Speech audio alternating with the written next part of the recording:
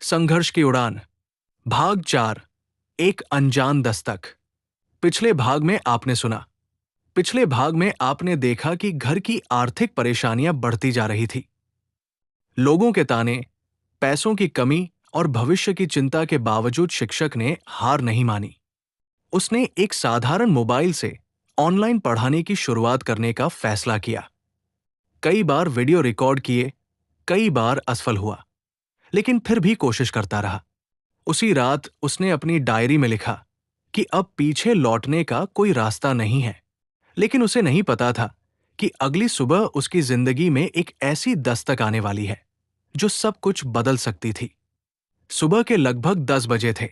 अकादमी में रोज की तरह क्लास चल रही थी। पांचों विद्यार्थी पूरे ध्यान से पढ़ रहे थे। शिक्षक बोर्ड पर एक कठिन प्रश्न समझा रहा था। तभी दरवाजे पर हल्की सी दस्तक हुई। सभी विद्यार्थियों की नजर दरवाजे की ओर चली गई। दरवाजा खुला। बाहर लगभग 40-45 साल का एक व्यक्ति खड़ा था। साधारण कपड़े, कंधे पर बैग और चेहरे पर हल्की मुस्कान। उसने विनम्रता से पूछा, क्या मैं अंदर आ सकता हूं?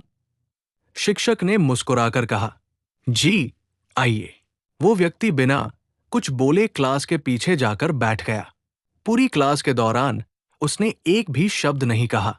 वो सिर्फ बच्चों को, पढ़ाने के तरीके को और पूरे वातावरण को ध्यान से देखता रहा। शिक्षक के मन में कई सवाल उठ रहे थे। ये कौन है?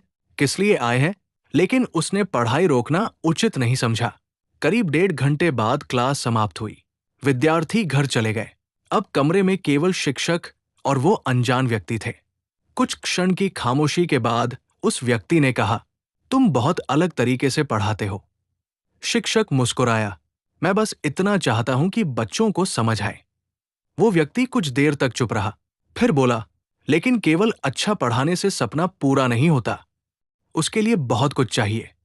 ये सुनकर शिक्षक के चेहरे पर गंभीरता आ गई।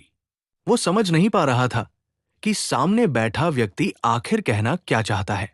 उसने धीरे से पूछा, आप कौन हैं? वो व्यक्ति हल्का सा मुस्कुराया, अभी मेरा परिचय जरूरी नहीं है, पहले तुम्हारे इरादे जानना चाहता हूं। कमरे में फिर सन्नाटा छा गया। कुछ देर बाद उसने एक सीधा सवाल पूछा, अगर तुम्हें आज ही कोई अच्छी नौकरी मिल जाए और शर्त यह हो कि तुम्हें यह अकादमी बंद करनी होगी, तो तुम क्या करोगे? ये सवाल सुनकर शिक्षक बिल्कुल शांत हो गया। उसने कभी इस बारे में नहीं सोचा था। एक तरफ परिवार की आर्थिक परेशानियां थी, दूसरी तरफ उन 5 विद्यार्थियों का भरोसा। उसने कुछ पल आंखें बंद की, फिर धीरे से बोला, नौकरी मुझे एक सुरक्षित जीवन दे सकती है, लेकिन ये अकादमी शायद कई बच्चों को नया जीवन दे सकती है। इसलिए मैं अपने सपने को इतनी आसानी से नहीं छोड़ सकता। अनजान व्यक्ति ध्यान से उसकी बात सुनता रहा। उसके चेहरे पर हल्की मुस्कान आ गई, लेकिन उसने कुछ नहीं कहा।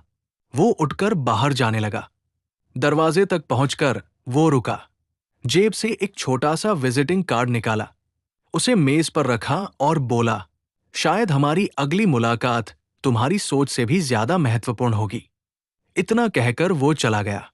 शिक्षक दौड़कर बाहर आया, लेकिन सड़क पर दूर दूर तक कोई दिखाई नहीं दे रहा था, मानो वो व्यक्ति आया भी था और एक रहस्य बनकर चला भी गया।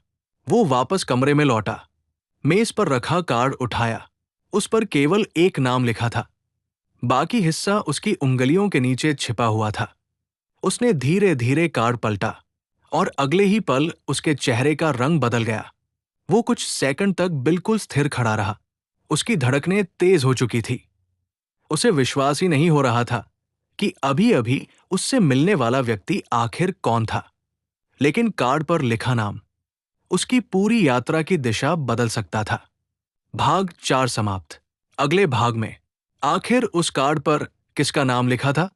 क्या वो व्यक्ति मदद करने आया था, या आगे स्टूडेंट एकेडमी की सबसे कठिन परीक्षा अभी शुरू होने वाली थी?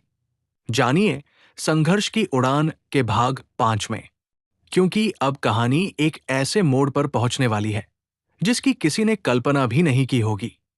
लाइक करिए कि कहीं अगला पार्ट आपसे मिस ना हो जाए। सब्सक्राइब करिए।